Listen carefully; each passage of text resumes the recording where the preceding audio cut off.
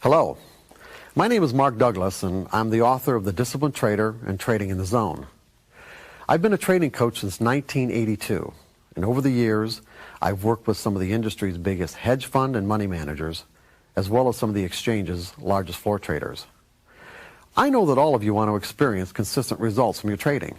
In other words, you want to be able to generate an income you can rely on.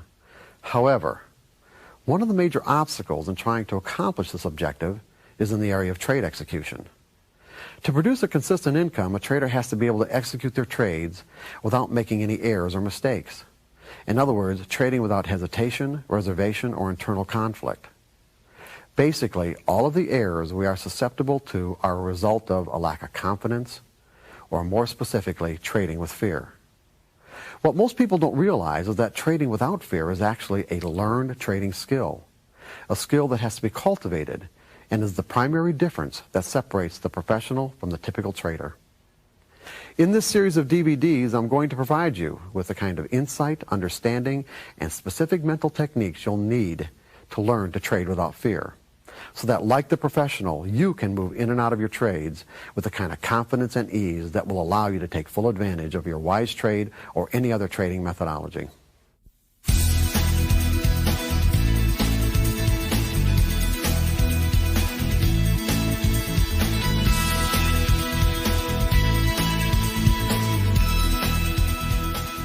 Hey, hello. Yeah, good morning. And also, too, how many people came from the West Coast or in the West Coast time zone? Yeah, it's like the wise trade people picked me up at 6:30 in the morning, which was 4:30 in the morning for me. So when I say that, when I say this, we're here for you, and to ignore the cameras, ignore the environment, I really mean that. But at the same time, I want you guys to help me a little bit, okay? It might take me a little bit, to get going, because I'm not used to doing presentations at 6:30 in the morning my time or 7 o'clock in the morning my time.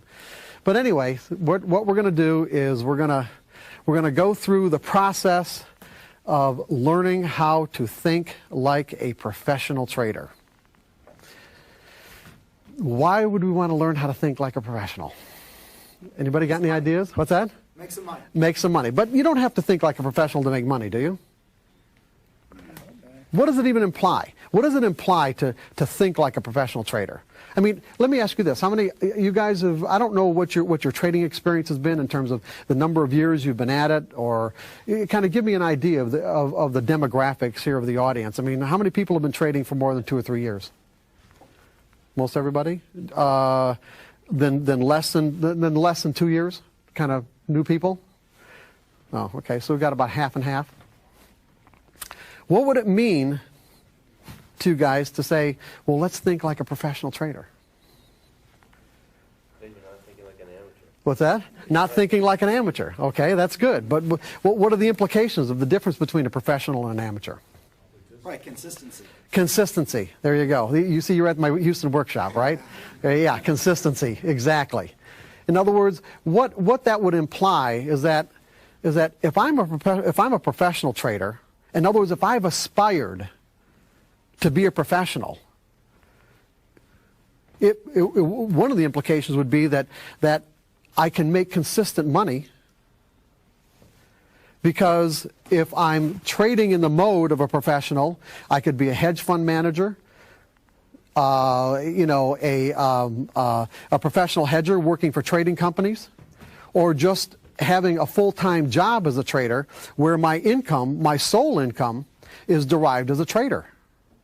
And to be in that kind of a position, or to be in a position where other people are going to give you their money or give you their assets to be able to,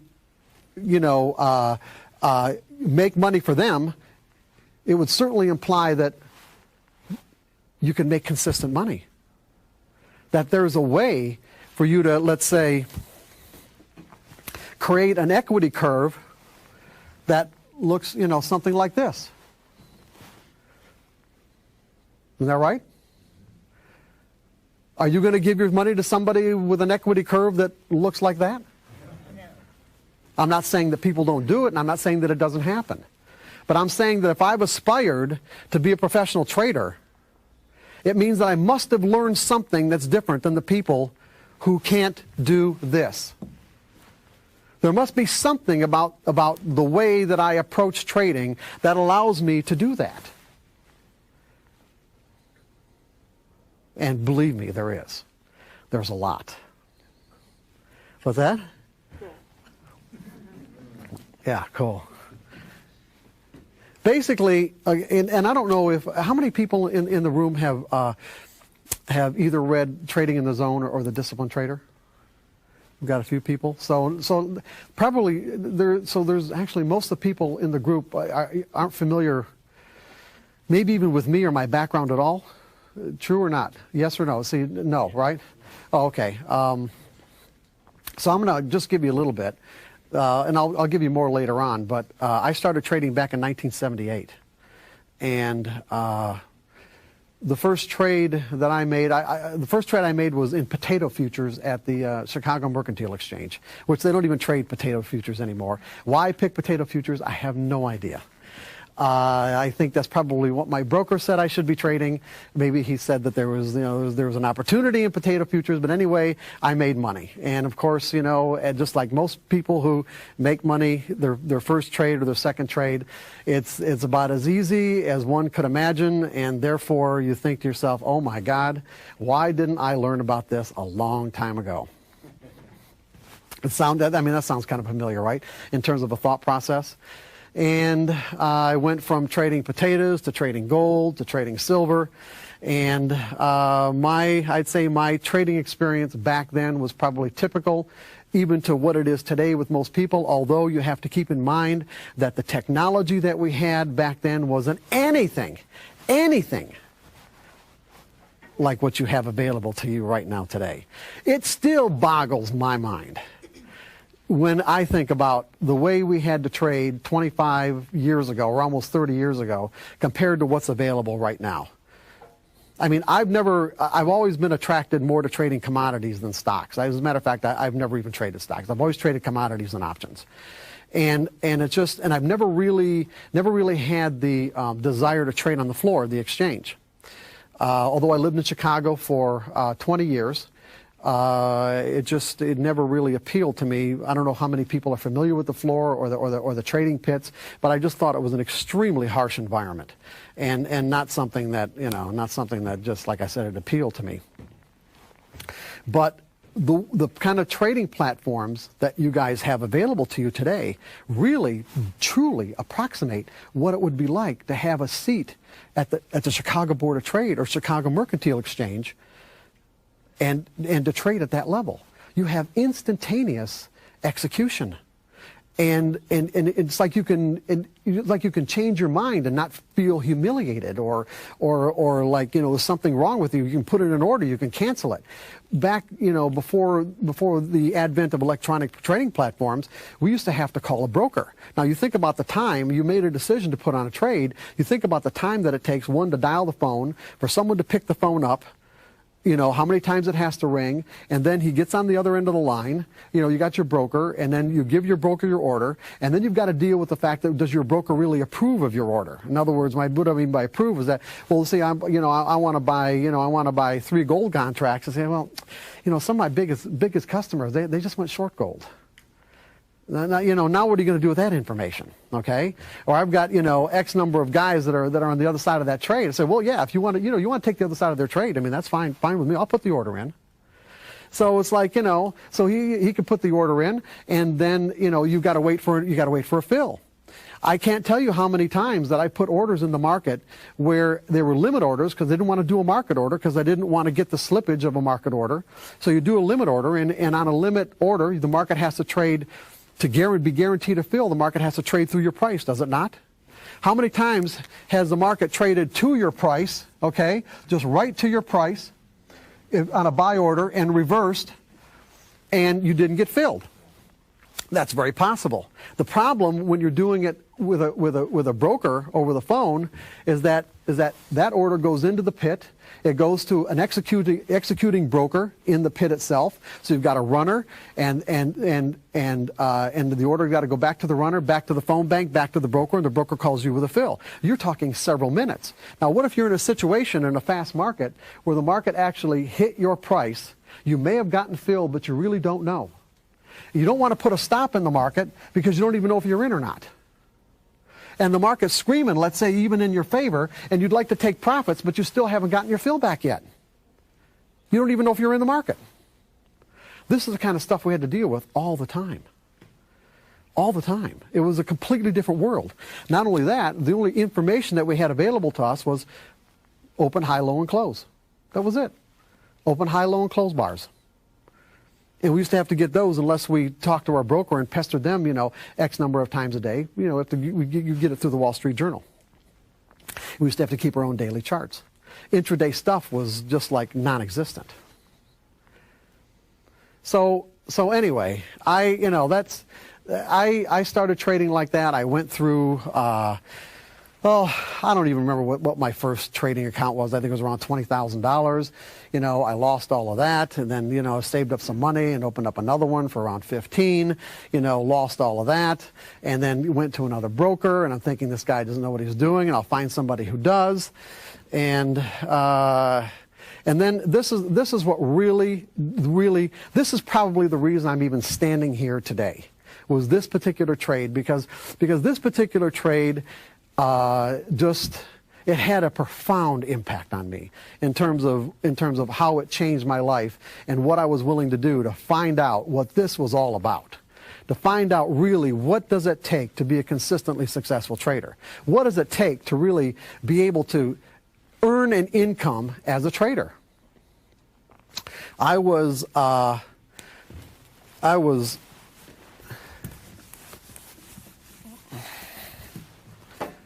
long silver. This would have been back in right around 1980 or 1981, or 1980, I think.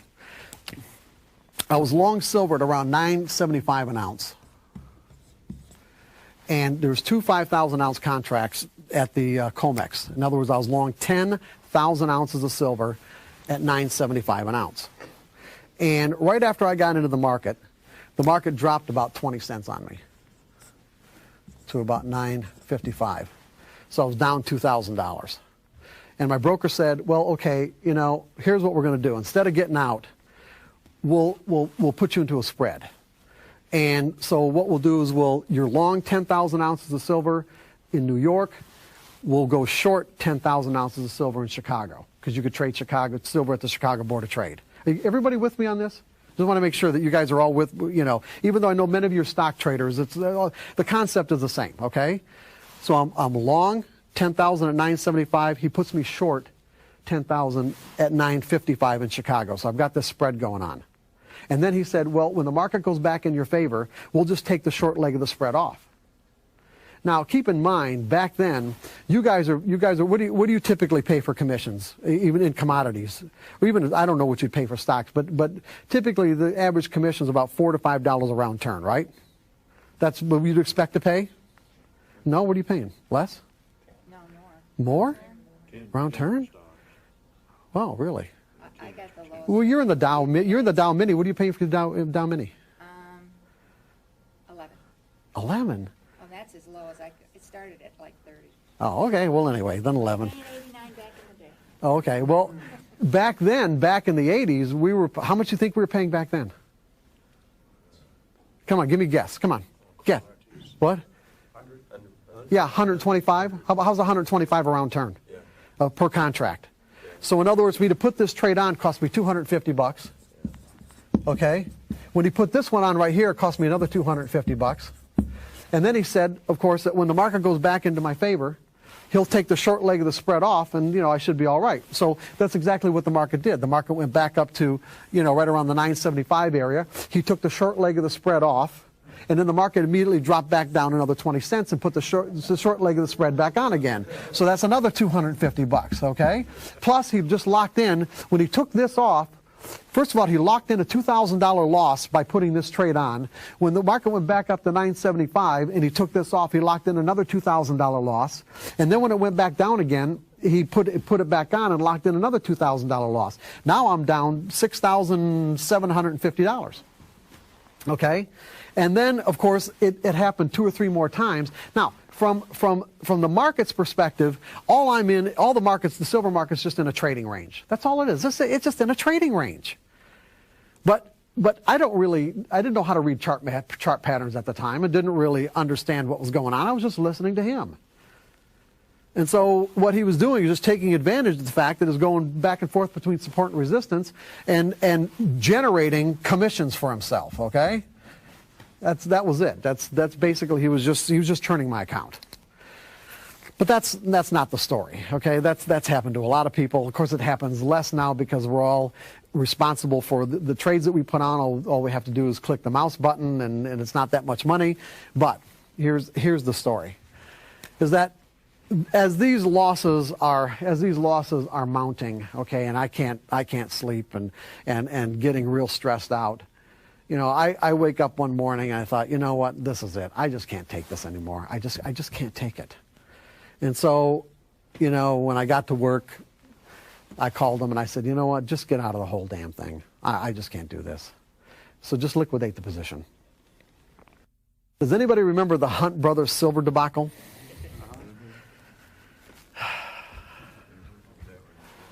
Oh, it didn't.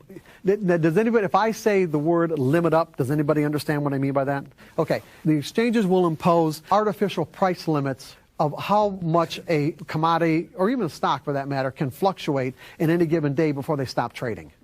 So we don't have these kinds of moves too much anymore. But back in the 80s, limit moves were really quite common.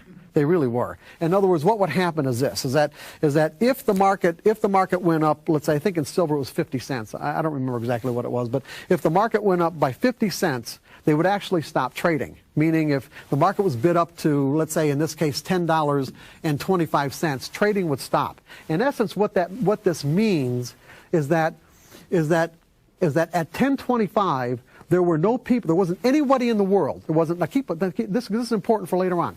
There wasn't one person in the world who was willing to sell silver at 10.25 if it was a limit move. Not one person. And so what happens is that the price will go up seeking to find who will actually sell. So what the exchanges didn't want is there to be this huge fluctuation all in one day. There might have been sellers at 10.26. Or there might have been sellers at $11, but you don't know that because the exchange says we're going to stop trading at 10.25. You guys with me on this? Okay? So what happened is that I don't think it happened more than maybe half an hour, 45 minutes after I got out. The market was trading right around $9.75 an ounce, where silver went limit up. And went limit up, was 30 days in a row to $49 an ounce. To $49 an ounce. I was looking now. Think about this. Okay, now think about being in this kind of a winning trade. Now, when we're in a winning trade, the market almost never goes straight up and it never goes straight down. There are rare occasions, of course, like in this case, when it does. So that when we're in a winning trade, we have to constantly be making decisions about where we're going to take profits. And how much heat we can take with the market coming back against our position to say, well, is this a time to take profits? Or am I going to let it come back a little bit further? Am I going to come back a little bit further against me? Because, well, is this normal retracement or is this more significant, okay? Is this a little bit of a profit-taking retracement? Is it more significant? Should I get out now? Do we have more left? Are we going to make new highs? You got to be making all these kinds of decisions. And it's very difficult, as we all know, right? See, in this case, I didn't have to be making any decisions because the market went limit up 30 days in a row. Boom, boom. It was like, go ahead. Were you out or were you still? I was out. I just got out like a half an hour before it happened. So you were just going, oh my God. Oh, well, yeah. See, the problem is I couldn't even get back in because there wasn't anybody willing to take the other side of the buy orders. On a limit move, you can't get back in. So I sat back and watched in complete agony. I mean intense agony. Did you throw up? I didn't throw up, but you know, it's like maybe I almost did. I don't know. Go ahead. Why didn't you get out? You said you had 5 contracts? No, 2. Two. Just Why 2. don't you just take one off the table, let the other one run for another day? First of all, Jerry, you're assuming that I knew that this was going to happen. No, I'm assuming that getting out all at once takes you out of the play completely. Jerry, have you ever been in a situation where we really lost a ton of money and you just can't deal with it anymore? Yeah. Well, that's where I I've was been in at. a situation where I've been down a lot of money. Okay. I didn't lose because that's on paper. No, well, commodities, no. With stocks, you're right. With stocks, it's technically on paper. When you're in commodities, the money's out of your account. It's gone. It's gone at the end of the day. Okay, it's not. This is not paper money. This is real money. Are you with me on this? Yeah, I'm understanding you. Okay. So I wasn't looking at like I said, paper losses. The money was out of my account. So I'd had enough. I couldn't take it anymore. So when you think about it in that context, when you just made up your mind that I just can't deal with this anymore, it doesn't even occur to you to get out in stages. Why would I get out in stages when I've already gone through a week and a half of this back and forth, and and it's virtually wiped out my account? Because by then I probably would have had to put more money, even for me to take just one contract off and leave one on, I probably would have had to put more money in the account. And there's not any point in doing that. Are you with me on this? I don't trade commodities. I trade other things, But the concept's the same. except it doesn't come out of my. It's, as you said, it's a paper trade. Yeah, you already own. You own stock. You own an asset. I don't know. And if you want to hold on to that asset until it goes down to zero, that's fine. Okay, your money is not flowing. In a sense, money's flowing out of your account, but not in the same way it is with a commodity. No. Okay, I have to pay that money right now. You're just losing the value of an asset. I actually have to pay that money. And it comes out every single day. Go ahead. Go ahead and hand the microphone back to that gentleman. Another thing that can be of interest here is, at least from the way I gathered you was talking a while ago, you really weren't controlling this. Your broker was doing this. Correct. So even if you had wanted to get out in stages, your broker was doing it, saying, hey, here's what I'm doing to you. In this case. Yeah, pretty much. Yeah, it's like I wasn't really in control of the situation because I didn't know what I was doing. All I know is that I was within, let's say, a half an hour, 45 minutes of a monster trade, a monster trade. Yeah, I got it. And like I said, I sat back and watched in agony as the market went up to $49 an ounce. I'm thinking to myself, I was like that close to $400,000 on just 2 contracts. $400,000. And so, like I said, when I first started telling you this really had a profound impact on me. It really did. And I thought to myself, and at the time, I was managing a commercial casualty insurance agency in the suburbs of Detroit. Not really, I thought that's what I wanted to do. I didn't really know what I wanted to do, but, I aspired to management. I was very successful. And, at the time, even back then in the late 70s, early 80s, was making a 6-figure income, and I was only in my early 30s. So, I really had a lot of things going for me. But, after this experience, I thought to myself, I got to figure out what's going on here. And I certainly wasn't going to be able to do it in Michigan. So I thought, you know what? I'm going to Chicago. And that's what I did. I went to Chicago. I just thought, if I'm going to get into the business, who am I going to get into the business with?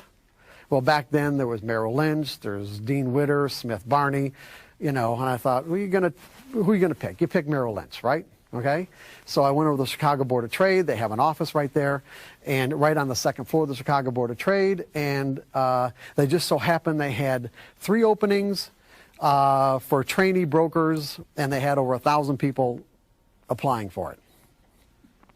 So how am I gonna be one of those 3 people? I thought, well, you know what? I went back home. I went to one of the bigger Merrill Lynch offices in the Detroit area, and I went through the whole employment process to familiarize myself with what it is that they required to get a job. And this is what I think got me that job at the Board of Trade. is that they had an aptitude test, and there's a multi-page application, but on the back of the application they had a square like this, you know, and they wanted spontaneously, while you're in the, you know, while you're filling this application out, spontaneously what they wanted you to do was to write like a little mini essay about some philosophical question. Before I went to the Board of Trade and actually filled out that application, I spent 2 weeks agonizing over every word, just to make sure every word of that 2 or 3 paragraphs that I wrote down was completely perfect. So that when I took the app, I wrote down exactly what I'd worked on. And I can imagine why they hired me, because if you thought that I wrote that spontaneously in the moment, thought, hey, this guy, we got to have this guy here. We got to have this guy. Okay, so I did. I got the job. Now, think about this. Now, when I was working for the agency, the casualty agency, commercial casualty insurance, as a matter of fact, I just signed a contract not more than like 3 or 4 months before I actually went to work in Chicago, over a 3-year period for $360,000. And what Merrill Lynch was offering me was $20,000 on a draw. Okay, in other words, it was a, you know, they're going to give me $20,000, but it's a draw. I mean, I got to pay it back based on commissions. Now, if you can imagine, there wasn't one person in my life, not one person, who thought that I wasn't absolutely stark raving out of my mind to give that up, to go to Chicago to do this. So, you know, it wasn't like I had a lot of support. You know, and it wasn't like I wasn't catching a lot of grief from everybody that I knew about what it was that I was doing. So you can imagine my horror, is a good word for it. I mean, because when I got to Chicago, I'm thinking, why am I even doing this? I'm doing this because I'm going to Chicago because that's where the traders are. That's where the people are who know what they're doing. Correct? And then to get there to find out that that is not the case. That is not the case at all. That there were 40, almost 50 brokers in the office, and none of them knew how to trade. Not only did they not know how to trade, I mean, Merrill Lynch made absolutely no bones about the fact that we were not traders. They spent no money, no time, and completely discouraged us from even learning how to trade. We were salesmen. We were taught how to talk about trading. We were taught how to talk about investments. We were taught how to, you know, it's called dialing for dollars, to get on the phone and get people to open up accounts. And even though this was unspoken, I'd say the underlying philosophy behind the business was, especially in the commodities business, I'm not talking about the equities. I'm not saying that on the equity side of the business that it wasn't more reputable. But this was about as irreputable as it could be. Because the underlying philosophy that we operated from was, all commodity traders are terminal, meaning like they have a terminal illness. It's only a matter of time before they want to say, all commodity traders are terminal, and it is our job as a broker to make them as comfortable as possible until they expire. In other words, to extract as much money out of their account as you could until they're gone. And even to this day, it just blows me away to think that when I went to a 30-day training class in Manhattan, and there were brokers from all over the world, probably about 80 or 90 of us, and the guy and the person that was the head of Merrill Lynch Commodities at the time, his name was John Conheeney, and when he came in to address our class, and to this day I don't know why he did this, but he said hi, and he started out with these words: the average Merrill Lynch customer loses all their money in 6 months. And that was the truth. Commodities, not equities, commodities. And that was the truth. That was about what it was. It took about 6 months for people to lose their account, and you just, like I said, you just go to the next one. So here I left this 6-figure income to go to Chicago to learn about this business and this industry, and here I'm in a situation, and it's like, it was, like I said, it was appalling, absolutely appalling. So I thought, well, okay, I'll make friends with people on the floor. They must know what they're doing. The floor traders know what they're doing. Well, I found out that wasn't necessarily the case either. Now, it doesn't mean that the floor traders didn't know how to make money. But and this is, I'm not going to get into this because we don't have time.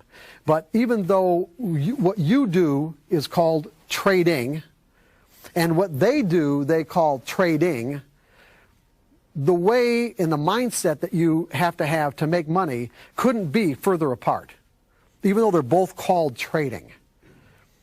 The typical local, the person who traded for their own account in the pit or in the floor of the exchange, the way they made money, weren't trying to make direction related decisions.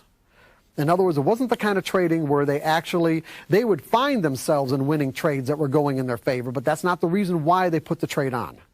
And like I said, I'm not going to get into the specifics or dynamics of it because it'd take me too long to explain, and it just isn't necessary for right now. All I'm saying is that it's a completely, as a matter of fact, before I left Chicago and moved to Arizona, the Chicago Mercantile Exchange asked me, and I worked on it for a while, for about 6 months before I left, asked me to put together a program to help floor traders make the transition from the floor to screen-based trading, because it's a huge psychological leap. It really is. It's a huge transition that has to be made. So what I'm saying is that, not knowing that before I got to Chicago, it was like, here I'm in a situation where I really didn't know anybody who really knew how to trade, or at least knew how to trade in the sense of creating that consistency that we're looking for. It doesn't mean that people couldn't make money.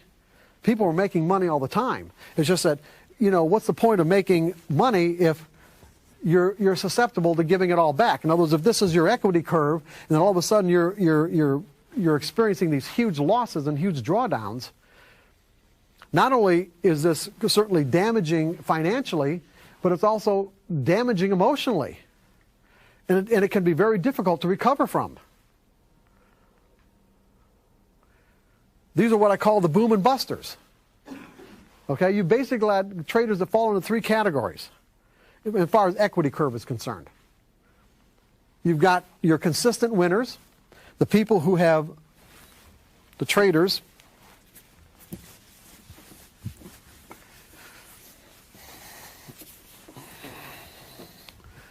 you've got your consistent winners. Now, it doesn't mean that there aren't drawdowns here, okay? But what do you think these drawdowns would be a reflection of for the consistent winners? Consistent winners take losing trades all the time. But their drawdowns are a reflection of what? Anybody got any ideas? Good money management skills. Yeah, money management skills. Capital preservation. Okay, these are 2 good answers, but not the answer I'm looking for. Their drawdowns are simply a reflection of the normal losses that any trading methodology will incur. There is such a thing as normal losses. You don't have to write this down because we're just starting to scratch the surface. We are going to go into this in far more detail later on. So, I mean, if you guys want to write it down, that's fine, but it really isn't necessary. Okay? Normal losses that any trading methodology will incur. Then you've got people who learn something about how to trade, who acquire a good methodology where it is possible, based on that methodology, to experience a consistent income, but your equity curve might look more like this.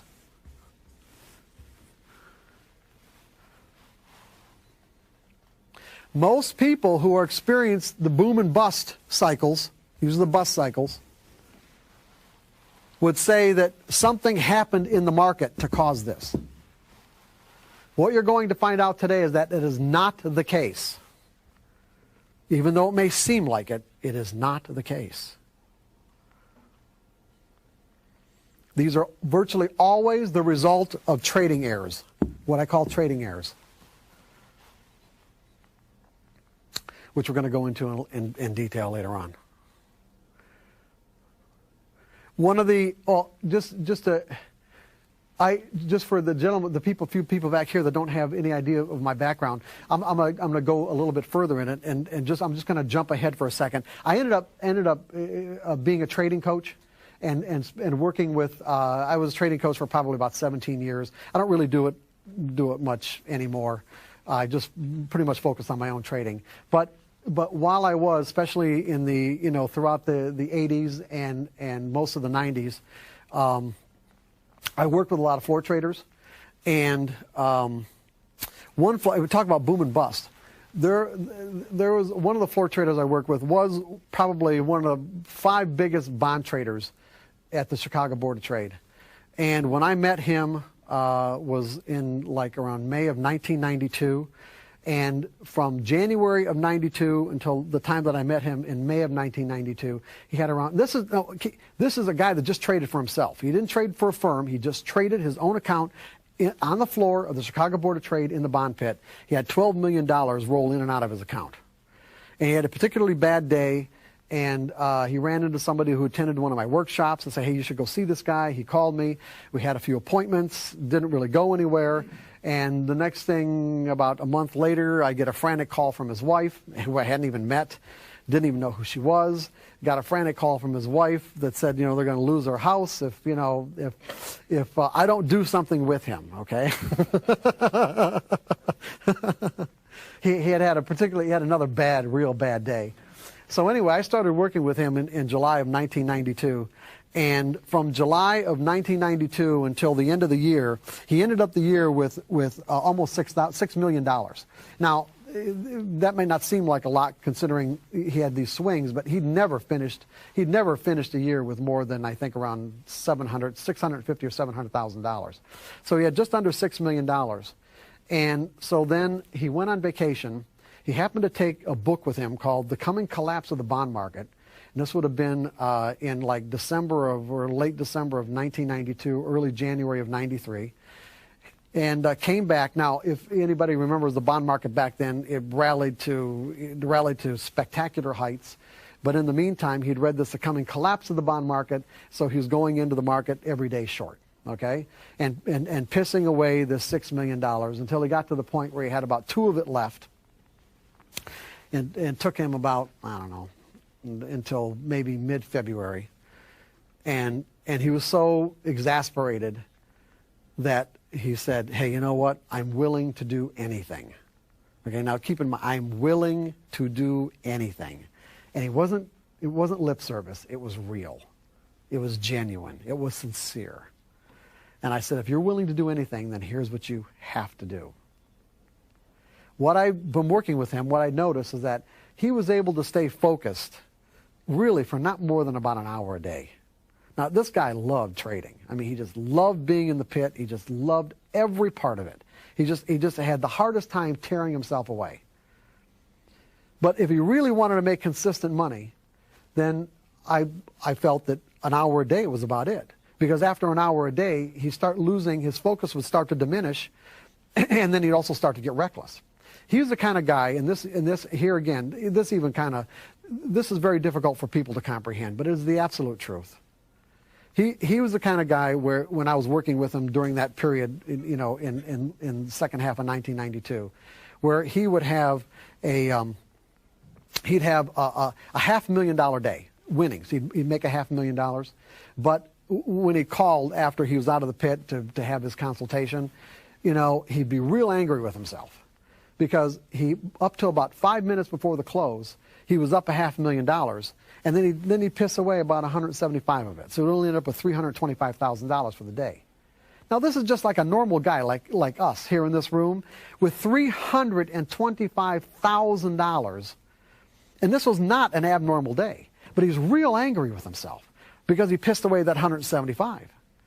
And then the next day, he'd do about the same thing. He'd make 400 and piss away maybe 2 at the close. And then the next day he'd make 350 and then piss away another 150. He's got spectacular wins up until Friday. But this accumulated anger that he was building up throughout the week, Monday, Tuesday, Wednesday, Thursday, by the time Friday rolled around, he'd lose $1.5 million. And then start the cycle all over again.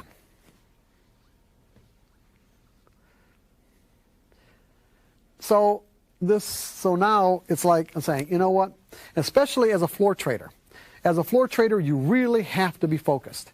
When you're trading at the level that he traded at, where you're trading hundreds of sometimes thousands of contracts, if anybody knows anything about the bond market, we know that one incremental price change in a bond contract is $31.25, okay? You guys with me on this? So this would be a tick. So in other words, if the bonds went one tick up and you're long one contract, you'd make $31.25. If it went down one tick and you were long one contract, you just lost $31.25. He would trade 1,000 contracts at a time. That means one incremental tick price change was $31,000. $31,250. Now, if anybody's ever watched the bonds move, you know that it can move 5, 10, 15 ticks like that. Not only that, there can be what's called price vacuums. Everybody familiar with a price vacuum? You know what I mean by price vacuum? It means that if the bonds are at let's say 106, 106.10. You guys are probably not familiar with bond prices. 106.10. That was the last posted price. That something can happen, and you're long. Something can happen where there are no more offers, and the next posted price is 106 even. That means the market went down 10 ticks without there being any trades between 10 and even. No trades at all. Which means if you're long, you just lost in that instant $31,000.25 on 1,000 contracts. This is quite common. So you really have to be focused. It would be like when you're trading at this level, I would make an analogy. It's almost like, there's a couple of analogies. One, it's like if you're in an NBA playoff, it's the finals, it's the last game, 7 games, it's 7-game NBA finals, 1 minute left, the score is tied. The coach is going to send somebody in who's really focused. If the coach thinks you're distracted and you're not on your game, you think you're going to get in that game? This is the way to be in these kind of circumstances in the pit. That's the kind of mindset that you had to maintain. Because even if you were distracted and turned away, there could be bids and offers that would have gotten you out of your trade that all of a sudden dry up. Meaning when guys are bidding and offering in the pit, they're using hand signals. And they're telling you they want to buy or they want to sell and how many. And there's hundreds of guys all around screaming. Now these bids and offers can dry up because when you make eye contact and you point, you say, okay, we've got a trade, and then you write your trade down on your trading card, or now it's an electronic handheld device. But otherwise, you make a trade, and then you could be out of your trade and take your profits. When these kind of things happen, these price vacuums, you could be in bad shape, and just be a matter of just a momentary look away. The guy that you were going to use to get out of your trade is gone now. He put his hands down. Uh-oh, I'm in trouble. Well, what I found is that he could maintain an ideal mindset for about an hour a day. And so that's what I said. If you're really sincere, if you really want to do anything, you can only trade an hour a day. And he agreed to it. And he said, what hour a day? I said, it really won't matter. And it really didn't. He was convinced initially that what hour he went in would make a big difference. It really didn't make any difference at all. He was so good. As a matter of fact, there were other bond traders that I work with that said that watching him trade would have been the equivalent of like watching Michael Jordan play basketball. He was that good. And so he did. He went in just 1 hour a day. And because he knew that he only had that 1 hour, he was really focused, and he was averaging $175,000 for that one day, or for that on an average for that 1 hour per day. Okay, but that would be an example. He would be an example of an extreme boom and buster. Everybody kind of have that concept down in their brain about boom and busters, okay? And then what you have is the consistent losers. People whose equity curve looks like that. Now, just to get back to my situation, like I said, when I went to Chicago, I'm thinking, okay, I mean, I've got quite a bit of money. I sold my interest in the agency, but at the same time, I had a pretty expensive lifestyle, as you can quite imagine. I had a house in Michigan that I had a girlfriend, a very high maintenance girlfriend, and her two daughters were living in. And I had a very expensive apartment in Chicago and a Porsche, and I had the life, okay? And I was going back and forth every weekend to visit them. So I mean, really, my situation was, I couldn't maintain that kind of lifestyle with the money that I had without being successful as a trader. And that was the whole idea anyway. I thought, okay, I'll make whatever shortfall that I end up with as a trader. And interestingly enough, I had to have my trading account with another brokerage firm secretly. I couldn't trade through Merrill Lynch. And there wasn't anybody else in the office who traded their own money. I was the only, unless they were doing it secretly and didn't tell me. I was the only person in the office who was actually trading their own money. Who actually traded, period, other than putting on trades for their customers. So what ended up happening is that,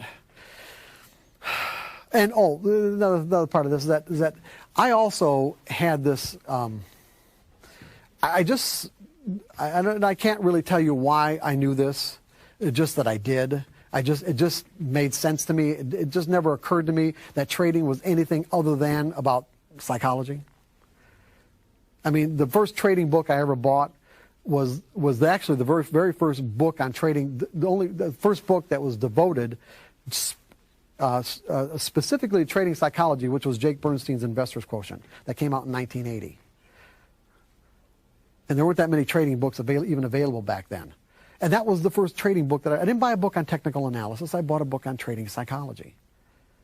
So I was not only immersed in the concepts of trading psychology virtually right from the very beginning, I was also keeping very extensive journals of my thinking process, what was going on, what I was observing from other brokers in the Merrill Lynch office, as well as what I was observing from interacting with my customers. And I noticed we were all kind of conforming to the same patterns, the same problems.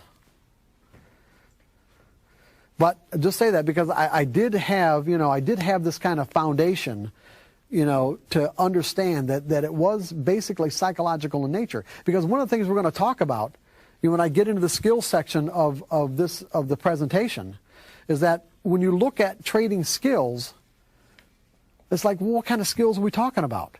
We're talking about thinking like a professional. We're implying that the skills are all mental in nature, and they are. Because when you really get right down to it and you really start to think about it, what physical skills are necessary to trade? We're not talking about a golf swing or a tennis racket or any other kind of physical endeavor that we're familiar with. What kind of skills what does it take physically to put on a trade? A mouse click. A mouse click, that's it. Your ability to move the mouse and click it on the buy or sell button. It's that simple. And as a result of it being that simple, it's easy to think that, oh my God, trading is so easy. It isn't. As you well probably know, whether you've been at it a long time or even a little bit of time. There are some very sophisticated psychological skills that you have to acquire to get this kind of an equity curve. And virtually all these skills are founded in learning how to trade without fear. That's basically what this whole workshop's about, is learning how to trade without fear. Because that's what's going to screw you up on virtually everything. Everything that you can do wrong as a trader is going to be the result of what you're afraid of and the effects that fear has on your perception of market information.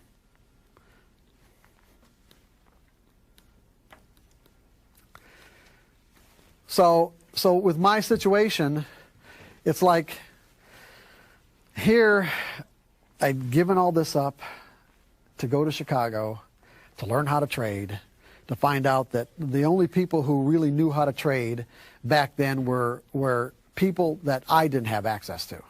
Meaning there were some big names in the industry who never really took the time or expended the effort to find out exactly what it is that allowed them to create a consistently rising equity curve. What they would say is, well, yeah, you got to go with the flow. The trend is your friend. Cut your losses, let your profits run. There's all these neat little phrases, but it's like, who in the hell knew what that meant and how to do it? Yeah, it sounds great. Cut your losses, let your profits run. Oh, even cutting your losses can be extremely difficult to learn. Letting your profits run can be 10 times more difficult than learning how to cut your losses. In fact, it's one of the most difficult things to acquire in terms of a skill is learning how to let your profits run. So it was like all this was kind of building up, and my lifestyle was draining my money away. And one of the things that I would say characterized me back then, if I was probably obsessive about anything, it was my credit. It's like my credit was as far as I was concerned, it was like the most important thing in life is to have flawless credit, not just, flawless. And here I'm in a situation where I am truly running out of money. And my trading losses, it wasn't really like I was losing a lot of money trading because I'd really stopped the hemorrhaging. I wasn't trading in a way where I was actually losing money, but I wasn't making any money. And it's like there was always this little voice in the back of my brain, it would come to the forefront of my consciousness that would say, Mark, this ain't adding up. There's something wrong here. There's something wrong. It's like it's not adding up. And then I kind of shove it back there and, it's going to be all right. I'll figure it out. It's going to be all right. Eventually got to the point where I was literally out of money. And the only choice I had was to file bankruptcy. Fortunately, I was in a situation where I had two residences, one in Chicago and one in Michigan. And so I had a choice of where I filed. And of course, I filed in Michigan because if Merrill Lynch would have found out, they probably would have fired me. As a matter of fact, nobody knew what had happened. Nobody that I knew in Chicago knew what had happened. So I filed in Michigan, and I'm thinking, literally, because of my attitudes about credit, I'm thinking, if I've got to do this, I'm going to fall beneath the cracks of society and never reemerge. I really believe that. I honestly, God, really did. I just didn't see how it's possible to live after having to do something like that. And of course, what I found is that, and when I ended up, what I say in The Disciplined Trader, and I don't really go into a lot of detail in The Disciplined Trader about this, but just to say that what I ended up with was really, I had an apartment, I had my bed and my TV, and when I filed, I was still current on everything. I wasn't even late one day on any of my bills. As a matter of fact, I even called the finance company to come and pick the car up. But I wasn't even late a payment. I said, you know what, I can't do it anymore. You're probably going to want it back anyway. So, it was like, come and pick it up. And of course they did. And you guys, there's a funny story about that. I've never told anybody this, but you guys want to hear a funny story about that? When the guy came to pick it up. And so I'm thinking, because we were in front of the apartment building, and I'm thinking, well, if he's going to pick this up, then I ought to get some sort of receipt that it was in perfect condition. Because I don't know what the hell he's going to do to it on I don't know. So it's like, and the guy wouldn't give me a receipt saying that. And so I wouldn't give him the keys. And so, so he called his boss, and I heard his boss on the other end of the line screaming at him, "You do whatever he wants to get those keys." Just like, and he said something else I'm not going to say for this particular presentation. But yeah, it was like, they just, someone's willing to give you the car, they don't even have to go repossess it. It's like, hey, give them the receipt. But in any case, what I realized, I mean, now you think about this, it's like when you define yourself based on your possessions. Just like anybody that loses anything, you've got an internal representation and you've got an external representation. And now there was a discrepancy between what was outside of me and what was inside of me in terms of the way that I define myself. And so that has to be reconciled. And what I realized, and it didn't even really take that long. I don't remember how long it took, but it was like, one, I still had my job at Merrill Lynch, and so as a result, I mean, it's like I'm starting thinking, okay, well, things are going to be all right. I was in my worst fear. I mean, that was my worst fear. I mean, when the fear would creep up into the forefront of my mind, I was like, that was my worst fear. Now I'm in it, and I'm realizing that, I think I'm going to be all right. I'm healthy. I can still think. I'm going to be all right. And when I came to this realization that I'm going to be all right, this is when things change for me as a trader. And this is the interesting part about my situation that most people don't have the benefit of experiencing. There are two things. One, I had this foundation of knowing that it was all psychological anyway. So I had all these things that I'd been working on up to that point. And two, when you tap out as a trader, I mean, when you really tap out, you don't get to trade anymore because you don't have any money, right? But I was in a situation where I still got to trade. Even though I was working with other people's money, I still got to trade every day. And so as a result of experiencing my worst fears, coming to the realization that I'm going to be all right, and then at the same time being in a position where I'm able to interact with the market, it was like, because I didn't have anything more to lose, I didn't. It was like this, the market completely changed for me. It was like I had these blinders on that all of a sudden just came off because the market was different, because I wasn't afraid anymore. I was seeing the same patterns over and over and over again beforehand, but I was seeing the same patterns differently. I was seeing the same patterns from a, let's say, relatively carefree state of mind. And that relatively carefree state of mind allowed me to, like say, flow in and out of my trades with an ease and effortlessness that I would not have been able to imagine beforehand.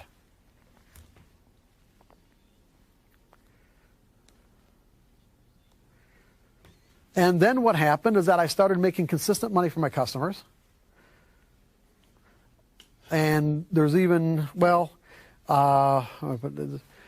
one really, as a matter of one really good story where, I mean, there are a lot of good stories that I can tell you about my customers at Merrill Lynch. But in one case, I inherited this guy who at the time was the head of the state of Illinois' mainframe computers, and he was from India. And he had put together his own trading program, and he was using the state computers to do it. And so and he had an account, technically an account with Merrill Lynch, but it wasn't funded because he'd lost all his money. But he still maintained the account.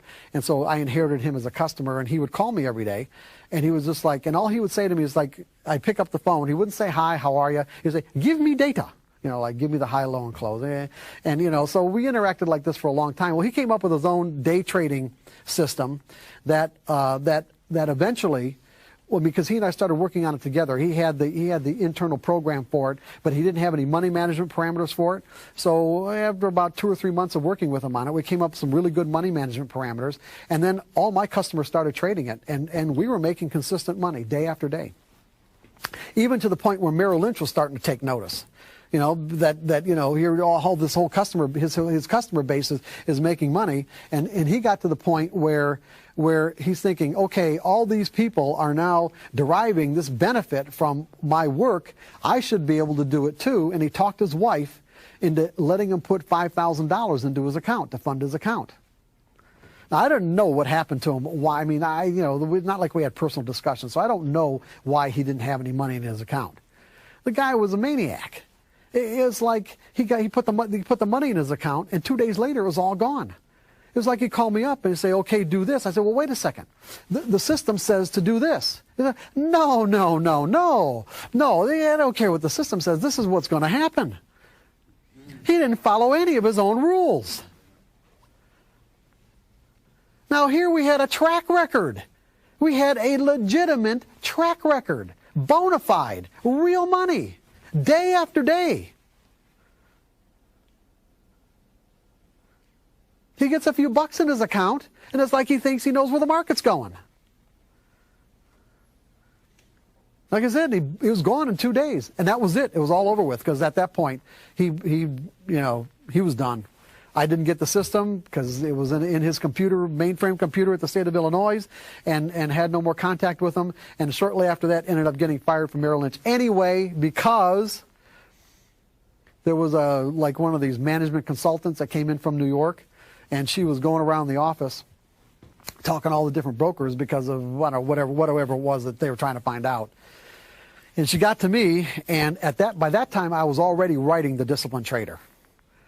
And I just I started very exciting to say, oh yeah, this is what I found out, and this is what I've learned. And her eyes lit up saying, this is exactly what we're looking for. And she was we talked for probably about an hour and a half, and she was all excited.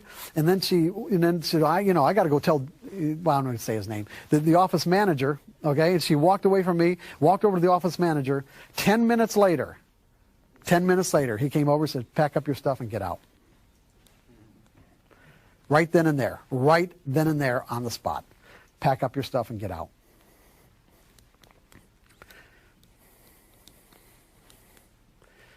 So that's how I ended up actually being a trading coach, because by then, floor trade, because I'd made friends with floor traders. I was making friends to find out how they trade and that sort of thing. Well, they started coming to me for advice, even while I was at Merrill Lynch. And because it's a pretty small community, the word gets around, especially when people are really genuinely helped with the kind of advice that you're giving them. And I'd help several floor traders turn their trading around. And so what had happened is I started getting hired by clearing firms. What I mean by clearing firms is that to trade on the floor of an exchange, you have to clear your trades through a financial institution. And so, it's like these are traders just like you. They have their own account, but what they have to do is they have to clear their trades through, like I said, one of the major clearing firms at the exchange. Well, what would happen is this, that it isn't like this now, but back in the early 80s, or the mid 80s, clearing firms were in some ways like almost like family operations, where the people who owned the clearing firms, they knew all the floor traders, they were friends with them, they partied together, Christmases and holidays and that sort of thing. And so if one of the floor traders would go debit, you know what I mean by go debit? In other words, you have to have a positive balance in your account. Well, the problem with floor trading is that not today, but back then, when you traded on the floor, you had to record your trades on a trading card.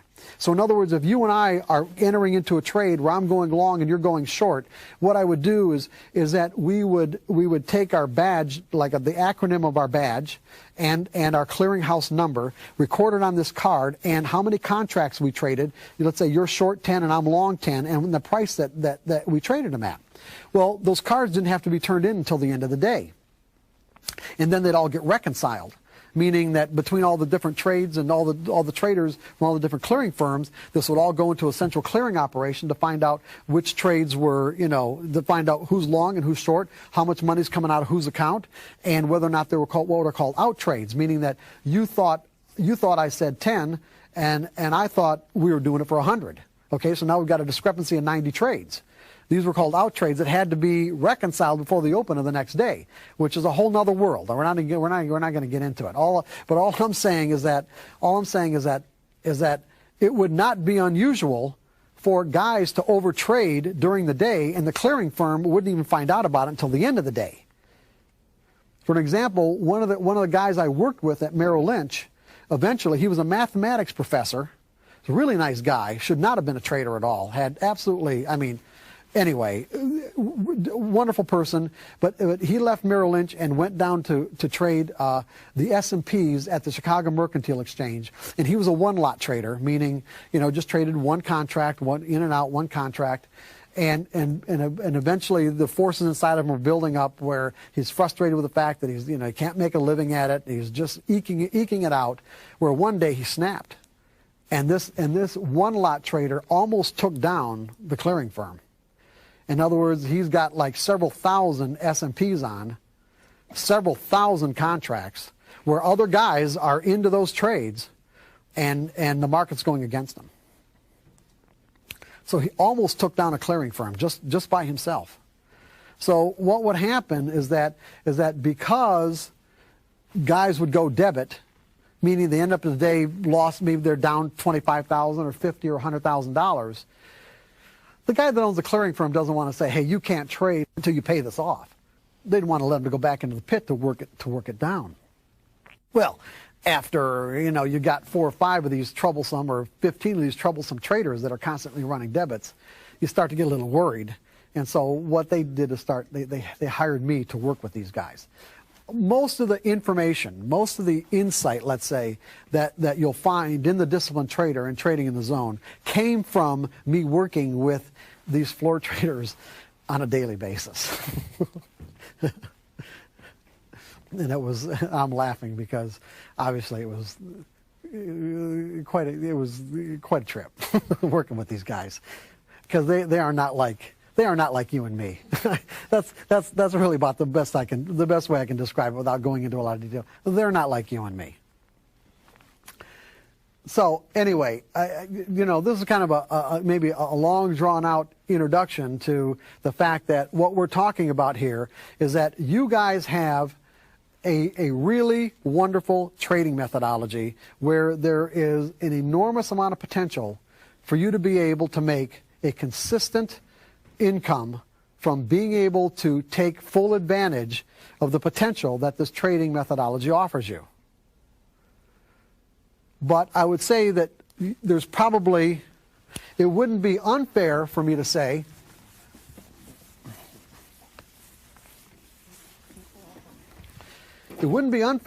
that there's probably what I'm going to call the profit gap. The gap between the potential and your bottom line results.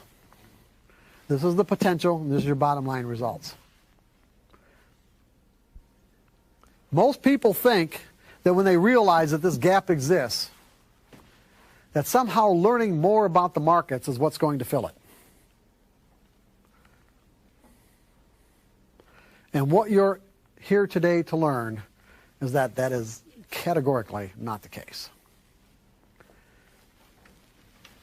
You have to learn more about yourself and how you interact with your trading platform and the market to be able to fill this gap. There are psychological skills involved. And then when I talk about psychological skills, do anybody think of an example of a psychological skill? This is difficult. I don't think, I'm not saying that you should have the answer, but can you think of an analogy in maybe in other parts of the way we express ourselves that you can think of? What would be an example of a psychological skill? Anger management. Anger management? Okay, that's good. Anybody else? Okay. What about a situation, and anybody watch Wimbledon here lately? Just it was on? I'm not a big tennis fan, but I just happened to be watching it. And because I knew that I was doing this workshop here, this is something that really sticks in my mind. What's the difference between let's say, here, this is even a better example. What's the difference between a pro basketball player who can stand at the free throw line and hit 20 in a row, even 30 in a row, where the thing about the variables are fixed. The line and the basket and the distances, they're all fixed. And they've got the motor skills to be able to hit, like I said, 10, 15, 20 in a row, but they get into a situation where there's 1 second left and the score is tied and this basket is going to win the game, and he chokes. That's a cycle. The guy that doesn't choke has a psychological skill that the other one doesn't. Trading without fear is a psychological skill. It is a skill that the professionals have acquired, and they have evolved beyond the typical mindset, or the kind of mindset that the typical trader operates out of. So when we're talking about trading or thinking like a pro, that's exactly what I'm saying. I'm saying that you will evolve beyond the typical mindset so that you can take full advantage. This represents, if this line represents potential, that you can take the potential of your methodology, so that you can take full advantage of your methodology. Because it has to do with your state of mind.